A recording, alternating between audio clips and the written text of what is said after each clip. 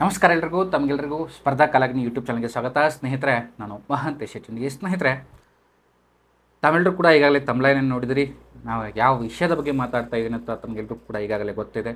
ಸ್ನೇಹಿತರೆ, ತಮಗೆಲ್ಲರೂ ಕೂಡ ಗೊತ್ತಿರುವ ಹಾಗೆ ಸುಮಾರು ಕರ್ನಾಟಕದಲ್ಲಿ 10,000ಕ್ಕಿಂತ ಹೆಚ್ಚು ಸ್ಪರ್ಧಾರ್ಥಿಗಳಿಗೆ ಉಚಿತವಾಗಿರ್ತಕ್ಕಂಥ ಮಾರ್ಗದರ್ಶನವನ್ನು ಮಾಡಿ ಅವರ ಬಾಳಿಗೆ ಬೆಳಕಾಗಿರ್ತಕ್ಕಂಥ ನಮ್ಮ ಪ್ರೀತಿಗೆ ಗುರುಗಳಾಗಿರ್ತಕ್ಕಂಥ ಕಿಟಿ ಸರ್ ಪಿ ಎಸ್ ಐ ಅವರು. ಕಿಟಿ ಸರ್ ಪಿ ಎಸ್ ಐ ಅವರು ಕೇವಲ ಗುರುಗಳಲ್ಲ, ಒಬ್ಬ ಪೊಲೀಸ್ ಆರಕ್ಷಕರಾಗಿ ಸೇವೆಯನ್ನು ಸಲ್ಲಿಸುತ್ತಾ ತಮ್ಮ ಸಮಯದ ಬಿಡುವಿನ ಅವಧಿಯಲ್ಲಿ ಸುಮಾರು ಸ್ಪರ್ಧಾತ್ಮಕ ಪರೀಕ್ಷೆಗೆ ಸಂಬಂಧಪಟ್ಟಂತೆ ಏನು ಓದ್ತಾ ಇದ್ರಿ ಅಂಥ ಅಭ್ಯರ್ಥಿಗಳಿಗೆ ಈಗಾಗಲೇ ಹಲವಾರು ಮಾಹಿತಿಗಳನ್ನು ಹಿಡ್ಕೊಂಡು ಅವರಿಗೆ ಎಷ್ಟಾಗುತ್ತೆ ಅಷ್ಟು ಅನುಕೂಲಗಳನ್ನು ಮಾಡಿಕೊಟ್ಟಿದ್ದಾರೆ. ಹಾಗೆ ಅವರು ಕೂಡ ಮೊದಲ ಬುಕ್ಕಾಗಿ ಪ್ರಬಂಧ ಸಿದ್ಧಾಂತ ಅಂತೂ ಕೂಡ ಒಂದು ಬುಕ್ ಬಂದಿತ್ತು. ಯಾರು ಪಿ ಎಸ್ ಐಗೆ ಟ್ರೈ ಮಾಡ್ತಾ ಇದ್ರಿ, ಹಾಗೆ ಕೆ ಎಸ್ಗೆ ಟ್ರೈ ಮಾಡ್ತಾ ಇದ್ರಿ, ಹಾಗೆ ಯು ಪಿ ಎಸ್ ಸಿಯಲ್ಲಿ ಪ್ರಬಂಧ ವಿಷಯ ಅಂತ ಏನು ಬರುತ್ತಲ್ಲ, ಅದಕ್ಕೆ ಸಂಬಂಧಪಟ್ಟಂತೆ ಪ್ರಬಂಧ ಸಿದ್ಧಾಂತ ಅಂತಲೂ ಕೂಡ ಬಂದಿತ್ತು. ಆ ಒಂದು ಪ್ರಬಂಧ ಸಿದ್ಧಾಂತದಲ್ಲಿ ಏನಪ್ಪ ಅಂದರೆ ಮೊದಲನೇದಾಗಿ ಪ್ರಬಂಧ ಅಂದರೆ ಏನು ಅಂತ ಹಿಡ್ಕೊಂಡು ನಾವು ಪ್ರಬಂಧವನ್ನು ಯಾವ ರೀತಿ ರಚನೆ ಮಾಡಬೇಕು ಎಂಬುದನ್ನು ಕೂಡ ಅದ್ರ ಬಗ್ಗೆ ಕೊಟ್ಟಿದ್ದರು. ಹಾಗೆ ನಿಮ್ಮ ಸ್ವಂತವಾಗಿರ್ತಕ್ಕಂಥ ಪ್ರಬಂಧವನ್ನು ರಚನೆ ಮಾಡೋದು ಹೇಗೆ ಮತ್ತು ಪರೀಕ್ಷೆಯಲ್ಲಿ ಪ್ರಬಂಧವನ್ನು ಬರೆಯೋದು ಹೇಗೆ ಎಲ್ಲವನ್ನು ಕೂಡ ಅದರಲ್ಲಿ ಮಾಹಿತಿಯನ್ನು ನೀಡಿದರು. ಆದರೂ ಕೂಡ ಈಗಾಗಲೇ ಕರ್ನಾಟಕದಾದ್ಯಂತ ತುಂಬ ಹೆಸರುವಾಸಿಯಾಗಿರ್ತಕ್ಕಂಥ ಮತ್ತು ಅತಿ ಹೆಚ್ಚು ಮಾರಾಟವನ್ನು ಕೂಡ ಆ ಪುಸ್ತಕ ಗಳಿಸಿದೆ ಅಂತ ಹೇಳ್ತೀನಿ. ಅದರ ಒಂದು ಮುಂದುವರೆದ ಭಾಗವಾಗಿ ಸದ್ಯಕ್ಕೆ ಕಿಟ್ಟಿ ಸರ್ ಅವರು ಬರೆದಿರ್ತಕ್ಕಂಥ ಸಾಮಾನ್ಯ ಜ್ಞಾನ ಸಿದ್ಧಾಂತ ಭಾಗ 1 ಮತ್ತು ಭಾಗ 2 ಈಗಾಗಲೇ ತಾವೆಲ್ಲರೂ ಕೂಡ ನೋಡಿದ್ದೀರಿ. ತಮ್ಮೆಲ್ಲರೂ ಕೂಡ ಕೆಲವೊಂದಿಷ್ಟು ಪುಸ್ತಕಗಳಿದ್ದಾವೆ ಅಂತ ಅನ್ಕೋತೀನಿ.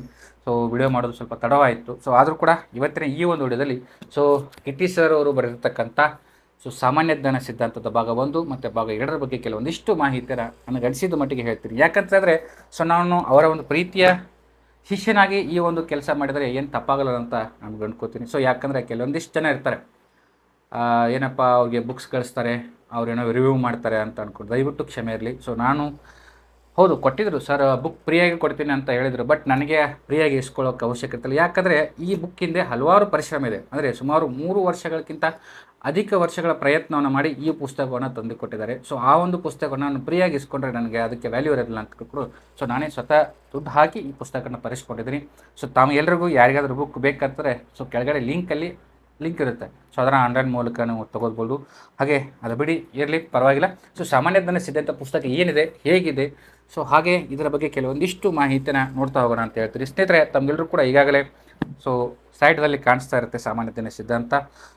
ಎಲ್ಲದಕ್ಕೂ ಕೂಡ ಅಂದರೆ ಕೆ ಎ ನಡೆಸೋದಕ್ಕಾಗಿರ್ಬೋದು ಮತ್ತು ಕೆ ಪಿ ಎಸ್ ಸಿ ನಡೆಸೋದಕ್ಕಾಗಿರ್ಬೋದು, ಹಾಗೆ ಮತ್ತು ಸೆಂಟ್ರಲ್ ಗೌರ್ಮೆಂಟ್ ಎಕ್ಸಾಮ್ಗಳಲ್ಲಾಗಿರ್ಬೋದು, ಅಪ್ ಟು ಪಿ ಸಿ ಅಂದರೆ ಹಿಡಿದು ಯು ಪಿ ಎಸ್ ಸಿ ಲೆವೆಲ್ವರೆಗೂ ನೀವು ಯಾವುದೇ ಎಕ್ಸಾಮ್ಗಳ ಬಗ್ಗೆ ಪ್ರಿಪ್ರೇಷನ್ ಮಾಡ್ತಾ ಇದ್ರಿ ಅಂತಂದ್ರೂ ಕೂಡ ಈ ಬುಕ್ ಏನಪ್ಪ ಅಂದರೆ ಅವರಿಗೆ ಏನಪ್ಪ ಅಂದರೆ ಇಂಪಾರ್ಟೆಂಟ್ ಆಗಿರ್ತಕ್ಕಂಥ ಪುಸ್ತಕ. ಹಾಗಾದರೆ ಈ ಒಂದು ಪುಸ್ತಕದಲ್ಲಿ ಏನೇನಿದೆ ಅಂತ ಕೆಲವೊಂದಿಷ್ಟು ಮಾಹಿತಿ ಹೇಳಿದ್ದಾರೆ ಸ್ನೇಹಿತರೆ. ಇದು ಭಾಗ 1 ಮತ್ತು ಭಾಗ 2 ಆಗಿ 2 ಬಂದಿದೆ. ಸುಮಾರು 1600ಕ್ಕಿಂತ ಹೆಚ್ಚು ಪೇಜ್ಗಳನ್ನು ಹೊಂದಿರತಕ್ಕಂಥ ಪುಸ್ತಕ. ತಮಗೆಲ್ಲರೂ ಕೂಡ ಗೊತ್ತಿರೋ ಹಾಗೆ ನಮ್ಮ ಕಿಟ್ಟಿ ಸರ್ ಅವರು ಬರೆದಿರ್ತಕ್ಕಂಥ ಈ ಪುಸ್ತಕ ಸುಮಾರು 1600ಕ್ಕಿಂತ ಹೆಚ್ಚು ಪುಸ್ತಕವನ್ನು ಹೊಂದಿದೆ. ಈಗಾಗಲೇ ಹೇಳಿದಾಗ ಈ ಪುಸ್ತಕದಲ್ಲಿ ಏನೇನಿದೆ ಸ್ವಲ್ಪ ಇಂಡೆಕ್ಸನ್ನು ಕೆಲವೊಂದಿಷ್ಟು ಮಾಹಿತಿಯನ್ನು ಹೇಳ್ಕೊಂಡು ಹೋಗ್ತೀನಿ. ಪ್ರಾಚೀನ ಭಾರತ ಇತಿಹಾಸ ಆಗಿರ್ಬೋದು, ಮಧ್ಯಕಾಲೀನ ಭಾರತ ಇತಿಹಾಸ, ಆಧುನಿಕ ಭಾರತ ಇತಿಹಾಸ, ಪ್ರಪಂಚದ ಇತಿಹಾಸ ಮತ್ತು ಕರ್ನಾಟಕ ಇತಿಹಾಸ. ತಾವೆಲ್ಲರೂ ಕೂಡ ಕೇಳ್ಬೋದು, ಸರ್ ಎಲ್ಲರೂ ಕೂಡ ಎಲ್ಲದರಲ್ಲಿ ಇತಿಹಾಸ ಇದ್ದೇ ಇರುತ್ತಲ್ಲ ಸರ್, ಇವ್ರದಲ್ಲಿ ಏನು ಸ್ಪೆಷಲ್ ಅಂತಂದರೆ ಈ ಸ್ಪೆಷಲ್ ಏನಂತಂದರೆ ಈ ಹಿಂದೆ ನೀಡಿರ್ತಕ್ಕಂಥ ಏನು ಹಳೆಯ ಪ್ರಶ್ನೆ ಪತ್ರಿಕೆಗಳಿದ್ದಾವೆ, ಅಲ್ಲಿ ನೀಡಿರ್ತಕ್ಕಂಥ ಏನು ಹಳೆಯ ಪ್ರಶ್ನೆ ಪತ್ರಿಕೆಗಳನ್ನು ಇಟ್ಕೊಂಡು ಯಾವ ಒಂದು ಕ್ವಶನ್ಗಳು ಬಂದಿದ್ದಾವೆ, ಹಾಗೆ ನೆಕ್ಸ್ಟ್ ಇರ್ತಕ್ಕಂಥ ಪರೀಕ್ಷೆಯಲ್ಲಿ ಯಾವ ಕ್ವಶನ್ಗಳು ಬರ್ಬೋದು, ಹಾಗೆ ಇಂಪಾರ್ಟೆಂಟ್ ಆಗಿರ್ತಕ್ಕಂಥ ವೆರಿ ಇಂಪಾರ್ಟೆಂಟ್ ಟಾಪಿಕ್ಸ್ಗಳು ಯಾವಿದ್ದಾವೆ, ಹಾಗೆ ನಾವು ವಿದ್ಯಾರ್ಥಿಗಳಾದವರು ಸುಮ್ಮನೆ ಎಲ್ಲ ಇತಿಹಾಸ ಅಂತಂದರೆ ಸುಮಾರು ಇಷ್ಟಪ್ಪ ಬುಕ್ಕ ಬರುತ್ತೆ. ಸುಮಾರು ಅದನ್ನೇ ನೀವು ಓದಬೇಕಂದ್ರೆ ಸುಮಾರು 700-800 ಪೇಜ್ಗಳು ಬರುತ್ತೆ.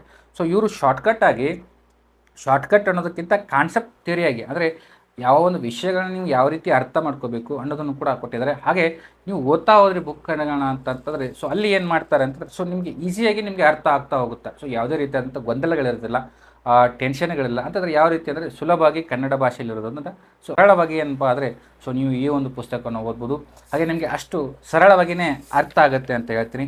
ಈಗಾಗಲೇ ಹೇಳಿದಾಗೆ ಪ್ರಾಚೀನ ಭಾರತ ಇತಿಹಾಸ, ಮಧ್ಯಕಾಲೀನ ಆಧುನಿಕ ಭಾರತ ಇತಿಹಾಸ, ಪ್ರಪಂಚದ ಇತಿಹಾಸ ಮತ್ತು ಕರ್ನಾಟಕ ಇತಿಹಾಸನ ಕೊಟ್ಟಿದ್ದಾರೆ. ಇಂಪಾರ್ಟೆಂಟ್ ಆಗಿರ್ತಕ್ಕಂಥ ಎಲ್ಲವನ್ನು ಕೂಡ ಕವರ್ ಮಾಡಿದ್ದಾರೆ. ಹಾಗೆ ಜೀವಶಾಸ್ತ್ರ ಆಗಿರ್ಬೋದು, ರಾಸಾಯನಿಕ ಶಾಸ್ತ್ರ ಆಗಿರ್ಬೋದು, ಭೌತಶಾಸ್ತ್ರ ಮತ್ತು ವಿಜ್ಞಾನ ಮತ್ತು ತಂತ್ರಜ್ಞಾನ ಇವುಗಳು ಕೂಡ ಕವರ್ ಆಗಿದೆ. ಹಾಗೆಯೇ ಇಂಪಾರ್ಟೆಂಟಾಗಿ ಹಿಸ್ಟ್ರಿನ ತೆಗೆದುಕೊಂಡಾಗ ಭಾರತದ ಕಲೆ ಮತ್ತು ವಾಸ್ತುಶಿಲ್ಪಕ್ಕೆ ಸಂಬಂಧಪಟ್ಟಂತೆ ಎಷ್ಟು ಪ್ರಶ್ನೆಗಳು ಬರ್ತವೆ. ಸೊ ಅದನ್ನು ಕೂಡ ಇದರಲ್ಲಿ ಕವರ್ ಮಾಡಿದ್ದಾರೆ. ಹಾಗೆ ಇಂಪಾರ್ಟೆಂಟಾಗಿ ಪೊಲೀಸ್ ಇಲಾಖೆಗೆ ಸಂಬಂಧಪಟ್ಟಂತೆ ನೀವೇನು ಪ್ರಿಪ್ರೇಷನ್ ನಡೆಸ್ತಾ ಇದ್ದಿದ್ರಿ, ಸೊ ಅದಕ್ಕೆ ಇಂಪಾರ್ಟೆಂಟಾಗಿ ಸೊ ಭಾರತದ ಭದ್ರತಾ ವ್ಯವಸ್ಥೆ ಮತ್ತು ಕರ್ನಾಟಕದ ರಾಜ್ಯದ ಪೊಲೀಸ್ ಇಲಾಖೆಯ ಮಾಹಿತಿಗಳು, ಈ ಹಿಂದೆ ನಡೆಸತಕ್ಕಂಥ ಸಿವಿಲ್ ಪೊಲೀಸ್ ಕಾನ್ಸ್ಟೇಬಲಲ್ಲಿ ಇದರ ಮೇಲೆ ಕ್ವಶನ್ಗಳು ಬಂದಿದ್ದಾವೆ. ಸೊ ಅದರ ಬಗ್ಗೆಯೂ ಕೂಡ ಮಾತಾಡ್ತೀನಿ. ಸೊ ಅವುಗಳ ಮೇಲೂ ಕೂಡ ಬಂದಿದೆ. ಹಾಗೆ ಕನ್ನಡ ಸಾಹಿತ್ಯದ ಮೇಲೂ ಕೂಡ ಇದೆ. ಹಾಗೆ ಸಾಮಾನ್ಯ ಜ್ಞಾನ ಅಂತ ಏನು ವಿಷಯ ಬರುತ್ತಲ್ಲ ಸ್ಟ್ಯಾಟಿಸ್ಟಿಕ್ಸ್, ಅದರ ಮೇಲೂ ಕೂಡ ಕೊಟ್ಟಿದ್ದಾರೆ. ಹಾಗೆ ಇಂಪಾರ್ಟೆಂಟಾಗಿ ಒಂದು QR ಕೋಡನ್ನು ಕೂಡ ಕೊಟ್ಟಿದ್ದಾರೆ. ಆ ಒಂದು QR ಕೋಡದಲ್ಲಿ ಸೊ ಭಾರತದ 28 ರಾಜ್ಯಗಳು ಹಾಗೆ 8 ಕೇಂದ್ರಾಡಳಿತ ಪ್ರದೇಶಗಳು, ಮುಖ್ಯವಾಗಿ ನಮ್ಮ ಕರ್ನಾಟಕದ 31 ಜಿಲ್ಲೆಗಳ ಪರಿಪೂರ್ಣ ಮಾಹಿತಿಯನ್ನು ಕೂಡ ಸೊ ಈ ಒಂದು ಪುಸ್ತಕದಲ್ಲಿ ಹೇಳಿದ್ದಾರೆ. ಸೊ ಕಲರ್ಫುಲ್ ಆಗಿರ್ತಕ್ಕಂಥ ಪುಸ್ತಕ. ಸೊ ತುಂಬ ಒಳ್ಳೆಯ ಪುಸ್ತಕ ಇದೆ.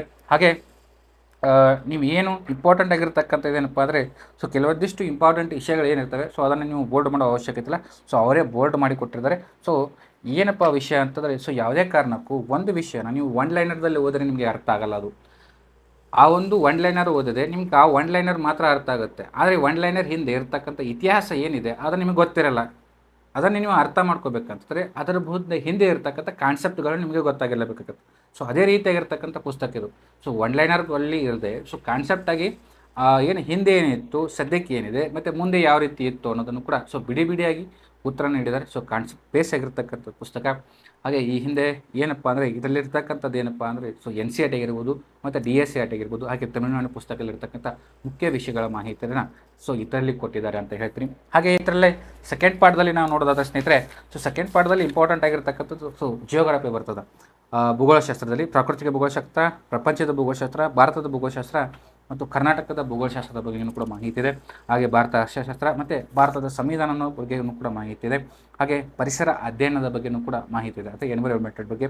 ಹಾಗೆ ಇನ್ನು ವಿಶೇಷವಾಗಿ KA ಮತ್ತು KPSC ಪಠ್ಯಕ್ರಮ ಏನಪ್ಪ ಅಂದರೆ ಸೊ ಗ್ರಾಮೀಣಾಭಿವೃದ್ಧಿ, ಪಂಚಾಯತ್ ರಾಜ್ ಮತ್ತು ಸಂಸ್ಥೆಗಳು ಮತ್ತು ಗ್ರಾಮೀಣ ಸಹಕಾರ ಸಂಸ್ಥೆಗಳು ಮತ್ತು ಸಹಕಾರ ಸಂಘಗಳ ಮತ್ತು ವಿಷಯಗಳ ಸಂಸ್ಥೆಗಳ ಬಗ್ಗೆಯೂ ಕೂಡ ಮಾಹಿತಿಯಲ್ಲಿ ಇರತಕ್ಕಂಥದ್ದು. ಹಾಗೆ ಇಂಪಾರ್ಟೆಂಟ್ ಆಗಿರ್ತಕ್ಕಂಥದ್ದು ಏನಪ್ಪ ಅಂದರೆ ಸೊ ನೈತಿಕತೆ, ಸಮಗ್ರತೆ ಮತ್ತು ಸಾಮರ್ಥ್ಯ ಅಂತ.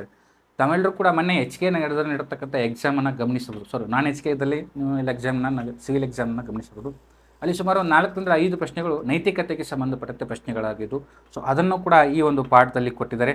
ಸೊ ನೀವು ಅದನ್ನು ಕೂಡ ಈ ಒಂದು ಪುಸ್ತಕದಿಂದ ಏನಪ್ಪ ಅಂದರೆ ಸೊ ಕವರ್ ಮಾಡ್ಕೋಬೋದು. ತುಂಬ ಒಳ್ಳೆಯಾಗಿರ್ತಕ್ಕಂಥದ್ದು. 2 ಬುಕ್ಗಳು ಕೂಡ ತುಂಬ ಚೆನ್ನಾಗಿ ಮೂಡಿ ಬಂದಿದೆ. ಎಷ್ಟು ವಿಷಯಗಳು ಕೊಟ್ಟಿದ್ದಾರೆ ಅಂತಂದರೆ, ನೀವು ಒಂದು ಪರೀಕ್ಷೆಗೆ ಸಿದ್ಧತೆಯನ್ನು ನಡೆಸ್ತಾ ಇದ್ರಿ ಅಂತಂದರೆ ಸೊ ಮೇನ್ ಬೇಸಿಕ್ಕಾಗಿ ಈ ಪುಸ್ತಕದಲ್ಲಿರ್ತಕ್ಕಂಥ ಮಾಹಿತಿಗಳು ಏನಪ್ಪ ಅಂದರೆ ಸೊ ಅಷ್ಟು ಅಚ್ಚುಕಟ್ಟಾಗಿದೆ ಅಂತ ಹೇಳ್ಬೋದು. ಎಕ್ಸಾಂಪಲ್ ಉದಾಹರಣೆ ಕೊಡೋದಾಗಿ ಸ್ನೇಹಿತರೆ, ಸೊ ಮೊನ್ನೆ ನಡೆದಕ್ಕಂಥ ಏನು ಸಿವಿಲ್ ನಾನ್ HK ಎಕ್ಸಾಮ್ ಬಂತು ಹೇಳ್ಬಾರ್ದು, ಬಟ್ ಏನಂತಂದರೆ ಸೊ ಆ ಒಂದು ಎಕ್ಸಾಮ್ದಲ್ಲಿ ಸುಮಾರು 68 ಪ್ರಶ್ನೆಗಳು ಏನಪ್ಪ ಅಂದರೆ ಸೊ ಡೈರೆಕ್ಟಾಗಿ ಬಂದಿರತಕ್ಕಂಥದ್ದು. ಅಂದರೆ ಎಲ್ಲ ಸರ್ ನೀವೇನು ಹೇಳ್ತಾ ಇದ್ರಿ ಸರ್ ಎಲ್ಲ ಪುಸ್ತಕದಲ್ಲಿ ಬರುತ್ತೆ ಇಲ್ಲ ಅಂತ ಹೇಳ್ತಾಯಿಲ್ಲ. ಸೊ ಆದರೆ ಅತಿ ಹೆಚ್ಚು ಪ್ರಶ್ನೆಗಳು ಈ ಒಂದು ಪುಸ್ತಕದಲ್ಲಿ ಬಂದಿದ್ದೇವೆ ಅಂತ ಹೇಳ್ತಾ ಇದ್ದೀನಿ. ಅಂದರೆ 68ಕ್ಕಿಂತ ಹೆಚ್ಚು ಪ್ರಶ್ನೆಗಳು ನೇರವಾಗಿರ್ತಕ್ಕಂಥದ್ದು. ಹಾಗೆ ಅಪ್ ಟು ಏನಪ್ಪ ಅಂದರೆ 72 ಮಾರ್ಕ್ಸ್ಗಳು ಇಂಡೈರೆಕ್ಟ್ ಆಗಿರ್ತಕ್ಕಂಥದ್ದು ಪ್ರಶ್ನೆಗಳು ಈ ಒಂದೇ ಪುಸ್ತಕದ ಅಂದರೆ ಭಾಗ 1 ಮತ್ತು ಭಾಗ 2 ಪುಸ್ತಕದಿಂದ ಬಂದಿದೆ. ಹಾಗಾದ್ರೆ ಸರ್ 100 ಮಾರ್ಕ್ಸ್ಗಳಿರ್ತಲ್ಲ, ಇನ್ನೂ ಮಾರ್ಕ್ಸ್ಗಳು ಎಲ್ಲಿ ಹೋದವು ಅಂತಂದರೆ ಸ್ನೇಹಿತರೆ ತಮಗೆಲ್ಲರೂ ಕೂಡ ಗೊತ್ತಿದೆ. ಸೊ ಮೆಂಟಲ್ ಎಬಿಲಿಟಿ ಕೂಡ ಬಂದಿದ್ದಾವೆ. ಹಾಗೆ ಕರೆಂಟ್ ಅಫೇರ್ಸ್ ಕೂಡ ಬಂದಿರುತ್ತೆ. ಸುಮಾರು 100 ಅಂಕದ ಪ್ರಶ್ನೆಗಳಿರ್ತದೆ. ಸೊ ಅಲ್ಲಿ ಒಂದು 10 ಅಂತಂದರೆ ಸುಮಾರು ಒಂದು GK ಪಾಠನ್ನು ತೆಗೆದುಕೊಂಡಾಗ ಒಂದು 75ರಿಂದ ಸೊ 78 ಪ್ರಶ್ನೆಗಳು ಒಂದು GK ಇರ್ತದೆ. ಸೊ ಅಷ್ಟು ಪ್ರಶ್ನೆಗಳಲ್ಲಿ ಏನು ಅಂತಂದರೆ ಸುಮಾರು 68ರಿಂದ 72 ಪ್ರಶ್ನೆಗಳು ಡೈರೆಕ್ಟಾಗಿ ಬಂದಿದ್ದು. ಇನ್ನು ಉಳಿದಿದ್ದು ಮೆಂಟಲ್ ಎಬಿಲಿಟಿ ಮತ್ತು ಕರೆಂಟ್ ಅಫೇರ್ಸ್ಗೆ ರಿಲೇಟ್ ಆಗಿರತಕ್ಕಂಥ ಪ್ರಶ್ನೆಗಳು ಬಂದಿರತಕ್ಕಂಥದ್ದು. ತಾವೆಲ್ಲರೂ ಕೂಡ ಈಗಾಗಲೇ ಅದನ್ನು PDF ಅನ್ನು ಕೂಡ ನೋಡಿದಿರಿ. ಹಾಗೆ ಇದಕ್ಕೆ ಸಂಬಂಧಪಟ್ಟಂತೆ ಇಂಪಾರ್ಟೆಂಟ್ ಆಗಿರ್ತಕ್ಕಂಥ PDF ಏನಾದರೂ ಬೇಕಂದರೆ ಸ್ಯಾಂಪಲ್ ಆಗಿರ್ತಕ್ಕಂಥ PDF ಲಿಂಕನ್ನು ಕೂಡ ಕೆಳಗಡೆ ಡಿಸ್ಕ್ರಿಪ್ಷನ್ ಬಾಕ್ಸ್ನಲ್ಲಿ ಕೊಟ್ಟಿರ್ತೀನಿ. ಸೊ ಆ ಒಂದು ಲಿಂಕ್ನ ಮುಖಾಂತರ ಸೊ ಪುಸ್ತಕ ಹೇಗಿದೆ, ಸೊ ವಿಷಯಗಳನ್ನ ಯಾವ ರೀತಿ ಕೊಟ್ಟಿದ್ದಾರೆ, ಅಲೈನ್ಮೆಂಟ್ ಹೇಗಿದೆ, ಸೊ ನಿಮಗೆಲ್ಲನೂ ಕೂಡ ನೀವು ಚೆಕ್ ಮಾಡ್ಕೋಬೋದು. ಹಾಗೆ ಈ ಹಿಂದೆ ನಡೆದಿರ್ತಕ್ಕಂಥ ಏನು ಸಿವಿಲ್ ನಾನ್ HK ಎಕ್ಸಾಮ್ನಲ್ಲಿ ಬಂದಿರತಕ್ಕಂಥ ಈಗಾಗಲೇ ಹೇಳಿದ್ನಲ್ಲ, ಸೊ 68 ಕ್ವಶನ್ಗಳು ನೇರವಾಗಿ ಬಂದಿದೆ ಮತ್ತು 72 ಇಂಡೈರೆಕ್ಟಾಗಿ ಬಂದಿರತಕ್ಕಂಥ ಆ ಕ್ವಶನ್ಗಳ ವಿತ್ ಪ್ರೂಫ್ PDF ಅನ್ನು ಕೂಡ ಕೆಳಗಡೆ ಡಿಸ್ಕ್ರಿಪ್ಷನ್ ಬಾಕ್ಸ್ನಲ್ಲಿ ಲಿಂಕಲ್ಲಿ ಕೊಟ್ಟಿರ್ತೀನಿ.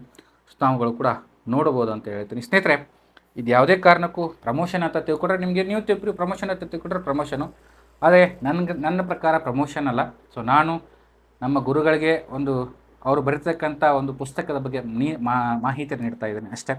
ಸೊ ತಾವೆಲ್ಲರೂ ಕೂಡ ಈಗಾಗಲೇ ಕೆಲವೊಂದಷ್ಟು ಜನ ಬುಕ್ಗಳನ್ನ ನೋಡಿದ್ದೀರಿ. ಇನ್ನೂ ಯಾರು ನೋಡಿಲ್ಲ ಸೊ ಆ ಸಾಧ್ಯವಾದಷ್ಟು ಬುಕ್ ಸ್ಟಾಲ್ಗಳಲ್ಲಿ ಸಿಗ್ಬೋದು, ಸಿಕ್ಕರೆ ನೋಡ್ಕೊಳ್ಳಿ. ಇಲ್ಲ ಅಂತಂದರೆ ಸೊ ಆನ್ಲೈನ್ದಲ್ಲಿ ಸಿಗುತ್ತೆ. ಕೆಳಗಡೆ ಆನ್ಲೈನ್ ಲಿಂಕನ್ನು ಕೊಟ್ಟಿದ್ದೀನಿ. ಸೊ ಆನ್ಲೈನ್ ಮಾಡಿದ ಕೂಡ ಸುಮಾರು ಒಂದು 2 ಅಥವಾ 3 ದಿನಗಳಲ್ಲಿ ಏನಪ್ಪ ಅಂದರೆ ಈ ಒಂದು ಬುಕ್ ನಿಮಗೆ ಮನೆ ಬಾಗಿಲಿಗೆ ಬರುತ್ತೆ ಅಂತ ಹೇಳ್ತೀನಿ. ಸೊ ಸದ್ಯಕ್ಕೆ ಏನಿದೆ ಸೊ ಅವುಗಳನ್ನ ಓದ್ಕೊಳ್ಳಿ. ನಿಮಗೆ ಅಂತಂದರೆ ನೆಕ್ಸ್ಟ್ ಎಕ್ಸಾಮ್ಗೆ ಪ್ರಿಪ್ರೇಷನ್ ಆಗ್ತೋದ್ರ ಬಗ್ಗೆ ಹೇಳ್ತಾ ಇದ್ದೀನಿ. ಸರ್ ನನ್ನ ಹತ್ರ ಈಗಾಗಲೇ ತುಂಬ ಬುಕ್ಸ್ಗಳಿದ್ದಾವೆ ಸರ್, ನನಗೆ ಈ ಒಂದು 1400 ಪೇಜನ್ನು ಓದೋಕ್ಕೆ ಸಮಯ ಇಲ್ಲ ಅಂತಂದರೆ, ಸೊ ನೀವು ಈ ಹಿಂದೆ ಇರತಕ್ಕಂಥ ಏನು ಪುಸ್ತಕಗಳಿದ್ದಾವೆ ಸೊ ಅವುಗಳನ್ನ ಓದ್ಕೊಳ್ಳಿ. ಅವುಗಳನ್ನೇ ಪರ್ಫೆಕ್ಟಾಗಿ ಅವುಗಳನ್ನೇ ರಿವಿಷನ್ ಆಗಿ. ಸೊ ಸದ್ಯಕ್ಕೆ ಹೊಸ ಪುಸ್ತಕಗಳನ್ನ ಓದಿ ಅಂತ ಸಜೆಷನ್ ಮಾಡಲ್ಲ, ಆದರೆ ನೀವು ಈ ಹಿಂದೆ ಎಲ್ಲ ಆಥರ್ಸ್ಗಳನ್ನ ಬುಕ್ಗಳನ್ನ ಓದಿದ್ದೀರಿ, ಹಾಗೆ ಇರತಕ್ಕಂಥ ಎಲ್ಲ ಪುಸ್ತಕಗಳನ್ನು ಕಂಪ್ಲೀಟ್ ಮಾಡಿದ್ದಾರೆ ಅಂತಂದರೆ ಈ ಒಂದು ಪುಸ್ತಕಗಳನ್ನ ತೆಗೆದುಕೊಂಡು ನೋಡ್ಬೋದು. ಯಾಕಂದರೆ ಅತಿ ಹೆಚ್ಚು ಪ್ರಶ್ನೆಗಳು ಈಗಾಗಲೇ ಬಂದಿರೋದ್ರಿಂದ ಸೊ ನೆಕ್ಸ್ಟ್ ಇರ್ತಕ್ಕಂಥ ಪರೀಕ್ಷೆಗಳು ಕೂಡ ಬರುವ ಸಾಧ್ಯತೆ ಇರ್ತದೆ. ಸೊ ಅದಕ್ಕಾಗಿ ಇರ್ತಕ್ಕಂಥ ಮಾಹಿತಿಯನ್ನು ಏನಿದೆ ಅಂತಂದರೆ ಸೊ ಅವುಗಳನ್ನ ನೀವು ಕಂಪಲ್ಸರಿಯಾಗಿ ನೋಡಿಕೊಂಡು ರಿವಿಷನ್ ಮಾಡಿಕೊಂಡು ಪರ್ಫೆಕ್ಟ್ ಆದರೆ ಅಂತಂದರೆ ಏನೂ ಪ್ರಾಬ್ಲಮ್ ಆಗೋಲ್ಲ. ಸುಮಾರು ಭಾಳ ದಿನಗಳೇನು ತೊಗೊಳ್ಳಲ್ಲ, ಸುಮಾರು ನೀವು ಡೈಲಿ ಒಂದು 50 ಪೇಜನ್ನು ನೀವು ಕವರ್ ಮಾಡಿದ್ರೆ ಈ ಪುಸ್ತಕ ಓದಿದ್ರೆ ಒಂದು ತಿಂಗಳಲ್ಲಿ ಅಥವಾ 30 ದಿನದಲ್ಲಿ ಏನಂತಂದರೆ ಸೊ ಪುಸ್ತಕ ಮುಗಿದೋಗುತ್ತೆ. ಅಥವಾ ನಾ 50ಕ್ಕಿಂತ ಹೆಚ್ಚು ನಾನು ಹೆಚ್ಚು ಪೇಜ್ಗಳನ್ನ ಕವರ್ ಮಾಡ್ತೀನಿ ಅಂತಂದರೆ ಸೊ ಅದಕ್ಕಿಂತ ಕಡಿಮೆ ಅವಧಿಯಲ್ಲೂ ಕೂಡ ಏನಪ್ಪ ಅಂದರೆ ಸೊ ಈ ಒಂದು ಬುಕ್ಗಳನ್ನ ಸೊ ಕಂಪ್ಲೀಟ್ ಮಾಡ್ಬೋದು ಅಂತ ಹೇಳ್ತೀನಿ. ಸ್ನೇಹಿತರೆ, ಮುಖ್ಯವಾಗಿ ಕೆಲವೊಂದಿಷ್ಟು ಹೇಳ್ತೀರಿ ಅಂತಂದರೆ ಏನಪ್ಪ ಅಂತಂದರೆ, ಯಾವುದೇ ಒಂದು ಬುಕ್ ಇರಲಿ, ಯಾವುದೇ ಒಂದು ಥರ ಇರಲಿ, ಸೊ ಎಲ್ಲರೂ ಕೂಡ ಅವರವರ ಪರಿಶ್ರಮ ಇರುತ್ತೆ, ಬರೆದಿರ್ತಕ್ಕಂಥ ನಾಲೆಜಿಂದ ಏನು ಮಾಡ್ತಾ ಇರ್ತಾರೆ ಸೊ ಬುಕ್ಕನ್ನು ಬರೀತಾರೆ. ಸೊ ಅದರಲ್ಲಿ ಏನೂ ಪ್ರಾಬ್ಲಮ್ ಇಲ್ಲ. ಆದರೆ ಓದಬೇಕಾದವರು ನೀವು ಯಾವ ರೀತಿ ಓದಬೇಕಂದ್ರೆ ಸೊ ಕೆಲವೊಂದಿಷ್ಟು ಕಾನ್ಸೆಪ್ಟ್ ಬೇಸ್ ಇರ್ತಕ್ಕಂಥ ವಿಷಯಗಳನ್ನ ಕಾನ್ಸೆಪ್ಟಾಗಿ ಅರ್ಥ ಮಾಡ್ಕೊಳ್ಬೇಕಾಗತ್ತೆ. ಹಾಗೆ ಇನ್ನೊಂದಷ್ಟು ಏನಪ್ಪ ಅಂದರೆ ಪ್ಯಾಕ್ಟಾಗಿ ಬಂದಿರ್ತವೆ, ಆ ಒಂದು ಪ್ಯಾಕ್ಟ್ಗಳನ್ನ ನೀವು ಪರ್ಫೆಕ್ಟಾಗಿ ಓದಲೇಬೇಕಾಗಿರ್ತದೆ. ಮತ್ತು ಅದನ್ನು ಪದೇ ಏನಪ್ಪ ಅಂದರೆ ಸೊ ರಿವಿಷನ್ ಮಾಡಲೇಬೇಕಾಗಿರ್ತದೆ. ಸೊ ನೀವು ಯಾವಾಗ ಸುಮ್ಮನೆ ಅದೊಂದು ಪ್ಯಾಕ್ಟ್ ಇದೆ ನೆನಪುಳಿತು ಅಂತ ಬಿಡೋದಿಲ್ಲ. ಸೊ ಅದನ್ನೇ ಏನು ಮಾಡಬೇಕಂದ್ರೆ ಸೊ ಪದೇ ರಿವಿಷನ್ ಮಾಡೋದ್ರಿಂದ ಏನಾಗುತ್ತೆ ಸೊ ಅದು ಪರ್ಫೆಕ್ಟ್ ಆಗ್ತಾ ಹೋಗುತ್ತಾ. ಸೊ ಪ್ಯಾಕ್ಟ್ ಆಗಿರ್ಬೋದು ಅಥವಾ ಕಾನ್ಸೆಪ್ಟ್ ಆಗಿರ್ಬೋದು, ಸೊ ಸಾಧ್ಯವಾದಷ್ಟು ಏನು ಮಾಡಿ ಅಂತಂದರೆ ಸೊ ಪದೇ ರಿವಿಷನ್ ಮಾಡ್ತಾ ಹೋಗಿ ಅಂತ ಹೇಳ್ತೀರಿ. ಸೊ ಯಾವುದು ನೆನಪಿಗೆ ಉಳಿಯೋದಿಲ್ಲ.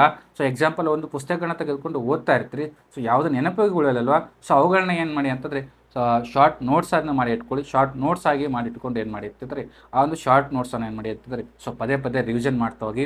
ಹಾಗೆ ಈ ಒಂದು ಪುಸ್ತಕದಿಂದ ನಿಮಗೆ ಕೊನೆಯಂತಂದರೆ ಏನಿಲ್ಲ ಸ್ನೇಹಿತರೆ, ಈ ಒಂದು ಪುಸ್ತಕ ಏನಿದೆ ನಿಮಗೆ ಮಾರ್ಗದರ್ಶನ. ಇದರ ಜೊತೆಗೆ ನೀವು ಏನು ಮಾಡಬೇಕು ಅಂತಂದರೆ ಆಗಲೇ ಹೇಳಿದಾಗೆ ಸೊ NCERTಗಳನ್ನ ಮೇಯ್ನಾಗಿ ಓದ್ಕೋಬೇಕು. ಏನಾಗಿ NCERT ಮತ್ತು DSCERTಗಳನ್ನ ಓದ್ಕೊಳ್ಳಿ. ಹಾಗೆ ಸರ್ ಇದರಲ್ಲಿ ಕೂಡ ಇದೆಯಲ್ಲ, ಹೌದು ಇದೆ, ಆದರೆ ನಿಮ್ಗೆ ಇನ್ನೂ ಕೂಡ ಜಾಸ್ತಿ ನಾಲೆಜ್ ಬೇಕು ಸರ್, ನಮ್ಗೆ ಇನ್ನೂ ಟೈಮ್ ಇದೆ ಅಂತಂದ್ರೆ ಮೇಯ್ನಾಗಿ NCERT ಮತ್ತು DSCERTಗಳನ್ನ ಓದ್ಕೊಳ್ಳಿ. ಹಾಗೆ ಮೇಯ್ನಾಗಿ ಆಥರ್ಸ್ ಬುಕ್ಗಳನ್ನೂ ಕೂಡ ನೀವು ಓದ್ಕೋಬೋದು. ಸರ್ ನಮಗೆ ಅವಾಗೆಲ್ಲನೂ ಓದೋಕ್ಕೂ ಟೈಮ್ ಇಲ್ಲ ಅಂತಂದರೆ ಸೊ ಈ ಬುಕ್ಸ್ಗಳನ್ನ ಓದ್ಕೋಬೋದು ಅಂತ ಹೇಳ್ತೀರಿ. ಕಡಿಮೆ ಸಮಯದಲ್ಲಿ ಮುಗಿಸ್ಬೋದು. ಏನು ಮನುಷ್ಯನಿಗೆ ಆಗೋದು ಏನಿಲ್ಲ, 1600 ಪೇಜ್ ಇದಪ್ಪ ಯಾವಾಗ ಓದೋದು ಅಂತ ಏನು ತಲೆ ಕೆಡಿಸ್ಕೊಳ್ಳೋ ಅವಶ್ಯಕತೆ ಇಲ್ಲ. ಮನಸ್ಸು ಮಾಡಿದ್ರೆ ಆರಾಮಾಗಿ ಓದ್ತೀರ. ಹಾಗೆ ಓದೋದ್ರ ಜೊತೆ ಈಗಾಗಲೇ ಹೇಳಿದಾಗೆ ಸುಮ್ಮನೆ ಓದೋದಲ್ಲ, ಯಾವುದೇ ಕಾರಣಕ್ಕೂ ಒಂದು ಪುಸ್ತಕ ಇದೆ ಅಂತಂದ್ರೆ ನಾನು ಮುಗಿಸ್ಬೇಕಂತ ಓದೋದು ಪುಸ್ತಕ ಅಲ್ಲ. ಸೊ ದಯವಿಟ್ಟು ಯಾವುದೇ ಒಂದು ಪುಸ್ತಕ ಆಗಿರ್ಬೋದು, ಇದನ್ನೇ ಆಗಿರ್ಬೋದು, ಇನ್ನು ಯಾವುದೇ ಪುಸ್ತಕನ ಮುಗಿಸ್ಬೇಕಂತ ಓದಬೇಡಿ. ಅಲ್ಲಿರ್ತಕ್ಕಂಥ ವಿಷಯಗಳನ್ನ ತಿಳ್ಕೋಬೇಕು. ಆ ಒಂದು ವಿಷಯಗಳನ್ನ ತಿಳ್ಕೊಂಡು ನೆಕ್ಸ್ಟ್ ಇರ್ತಕ್ಕಂಥ ಎಕ್ಸಾಮ್ಗಳಿಗೆ ಏನಾದರೂ ಕ್ವಶನ್ಗಳು ಬಂದರೆ ಆ ಒಂದು ಕ್ವಶನ್ಗೆ ಟಿಕ್ ಹಾಕುವ ಲೆವೆಲ್ಗೆ ನೀವು ರೆಡಿಯಾಗಿರ್ಬೇಕಂತ ಹೇಳ್ತೀನಿ. ಹಾಗೆ ಇದ್ರ ಜೊತೆ ಏನು ಮಾಡಿ ಅಂತಂದರೆ ಸಾಧ್ಯ ಆದರೆ ಹಳೆ KA ಕ್ವಶನ್ ಬ್ಯಾಂಕ್ಗಳನ್ನು ಕೂಡ ತೆಗೆದಿಟ್ಕೊಳ್ಳಿ. ಹಾಗೆ ನೆಕ್ಸ್ಟ್ ವಿಡಿಯೋದಲ್ಲಿ ಈಗಾಗಲೇ ಹೇಳಿದ್ದೀನಿ ನಾನು, ಅಂದರೆ KA ಸದ್ಯಕ್ಕೆ ಟ್ರೆಂಡಿಂಗಿಗೆ ತಕ್ಕಂಥ ಇಂಪಾರ್ಟೆಂಟ್ ಆಗಿರ್ತಕ್ಕಂಥ ಏನಪ್ಪ ಅಂತಂದರೆ ಬುಕ್ಸ್ಗಳನ್ನು ಕೂಡ ಹೇಳ್ತೀನಿ ಅಂತ ಹೇಳಿದ್ದೀನಿ. ಸೊ ಸದ್ಯಕ್ಕೆ ನೆಕ್ಸ್ಟ್ ಅಥವಾ ಇನ್ನು 2 ದಿನದಲ್ಲಿ ಸೊ ಆ ಒಂದು ವಿಡಿಯೋ ಬರ್ತದೆ. ಸೊ ಸದ್ಯಕ್ಕೆ ಏನು ಟ್ರೆಂಡಿಂಗಲ್ಲಿ ಇದೆಯಲ್ಲ, ಸೊ ಏನು ಟಾಪಿಕ್ಗಳು ಬರ್ತಾ ಇದ್ದಾವೆ ಕೆಲವೊಂದಿಷ್ಟು ಈ ಬುಕ್ಸ್ಗಳಲ್ಲದೆ ಮತ್ತು ಇನ್ನೂ ಕೆಲವೊಂದಿಷ್ಟು ಇಂಪಾರ್ಟೆಂಟ್ ಬುಕ್ಸ್ಗಳಿವೆ. ಸೊ ಅವುಗಳ ಬಗ್ಗೆಯೂ ಕೂಡ ಮಾಹಿತಿನ ನೀಡ್ತೀನಿ ಅಂತ ಹೇಳ್ತೀನಿ. ಸ್ನೇಹಿತರೆ, ಈ ಪುಸ್ತಕ ಏನು ಹೇಳೋದಿಲ್ಲ ಅಂದರೆ ಸೊ ಒಂದೇ ವಾಕ್ಯದಲ್ಲಿ ನೀವು ಬೇಕಾದರೆ ಕೇಳಿ, ನಿಮ್ಮ ಸ್ನೇಹಿತರು ಯಾರು ತೊಗೊಂಡಿದ್ದಾರೆ ಅವ್ರನ್ನ ಕೇಳಿ. ಹಾಗೆ ಈ ಹಿಂದೆ ನಡೆರ್ತಕ್ಕಂಥ ಎಕ್ಸಾಮ್ನ ಒಂದು ಉದಾಹರಣೆ ಕೂಡ ನಿಮ್ಮ ಮುಂದಿದೆ. ಸೊ ಅದನ್ನು ನೋಡಿಕೊಂಡು ಏನು ಮಾಡಿ ಅಂತಂದರೆ ಸೊ ಸಾಧ್ಯವಾದರೆ ಈ ಒಂದು ಪುಸ್ತಕಗಳನ್ನ ಖರೀದಿಸಿ. ಯಾರಿಗೆ ಆಫ್ಲೈನ್ದಲ್ಲಿ ಯಾರಿಗೆ ಸಿಗಲಿಲ್ಲ ಸೊ ಅವ್ರು ಆನ್ಲೈನಲ್ಲಿ ಲಿಂಕನ್ನು ಕೆಳಗಡೆ ಕೊಟ್ಟಿದ್ದೀನಿ. ಸೊ ಅವರು ಡೈರೆಕ್ಟಾಗಿ ಆನ್ಲೈನ್ ಲಿಂಕ್ ಮಾಡೋದಂದ್ರೆ ಸೊ ಈ ಒಂದು ಪುಸ್ತಕವನ್ನು ತೆಗೆದುಕೊಳ್ಬೋದು ಅಂತ ಹೇಳ್ತಾ, ಸ್ನೇಹಿತರೆ, ಇದು KT ಸರ್ ಅವರು ಬರೆದಂಥ ಒಂದು ಸಾಮಾನ್ಯ ಜ್ಞಾನ ಸಿದ್ಧಾಂತದ ಭಾಗ 1 ಮತ್ತು ಭಾಗ 2 ಬಗ್ಗೆ ಇರತಕ್ಕಂಥ ಮಾಹಿತಿ. ಇದರ ಸ್ಯಾಂಪಲ್ PDF ಅನ್ನು ಕೂಡ ಕೆಳಗಡೆ ಲಿಂಕಲ್ಲಿ ಹಾಕಿರ್ತೀನಿ. ನಾನೆಷ್ಟು ಏನು ಭಾಳ ಹೇಳಿಲ್ಲ, ಅದರಲ್ಲಿ ಇಂಪಾರ್ಟೆಂಟ್ ಆಗಿರ್ತಕ್ಕಂಥದ್ದು ಮತ್ತು ಯಾವ ರೀತಿಯಾಗಿರ್ತಕ್ಕಂಥ ಪುಸ್ತಕ ಸೊ ನೀವು ತೊಗೋಬೋದಾ ಅಥವಾ ಬೇಡ ಎಂಬುದನ್ನು ಮಾಹಿತಿ ನೀಡಿದ್ದೀನಿ. ಹಾಗೆ ಎಕ್ಸಾಂಪಲ್ ಏನಾದರೂ ಈ ಒಂದು ಬುಕ್ಸ್ದಲ್ಲಿ ಏನಾದರೂ ತೊಂದರೆಗಳು ನಿಮ್ಗೆ ಏನಾದರೂ ಗೊತ್ತಾಗಿದ್ರೆ, ಏನಾದರೂ ತಪ್ಪುಗಳು ಅಥವಾ ಅಕ್ಷರ ಮಿಸ್ಟೇಕ್ಗಳಾಗಿರ್ಬೋದು ಅಥವಾ ಏನಾದರೂ ವಿಷಯಗಳು ಇರ್ತವೆ, ಏನಾದರೂ ಚೇಂಜ್ ಆಗಿರ್ಬೋದು, ಅಂಥದ್ದೇನಾದರೂ ಕಂಡು ಬರ್ತದೆ ಸೊ ಡೈರೆಕ್ಟಾಗಿ ಕೆಳಗಡೆ ನಂಬರ್ ಇದು ಕೂಡ ಇದೆ. ಸೊ ಆ ನಂಬರ್ಗೆ ಆ ಒಂದು ಪೇಜಿನ ಫೋಟೋ ಆಗಿರ್ಬೋದು ಅಥವಾ ಆ ಒಂದು ಪೇಜ್ನಲ್ಲಿ ಈ ಒಂದು ಮಿಸ್ಟೇಕ್ ಇದೆ ಅಂತ ಹೇಳಿ ಕೂಡ ನೀವು ಮೆಸೇಜನ್ನು ಮಾಡ್ಬೋದು ಅಂತ ಹೇಳ್ತೀನಿ. ಸ್ನೇಹಿತರೆ, ಇಲ್ಲಿವರೆಗೂ ಈ ಒಂದು ವಿಡಿಯೋನ ವೀಕ್ಷಿಸತಕ್ಕಂಥ ತಮಗೆಲ್ಲರಿಗೂ ಶುಭವಾಗಲಿ. ಧನ್ಯವಾದಗಳು.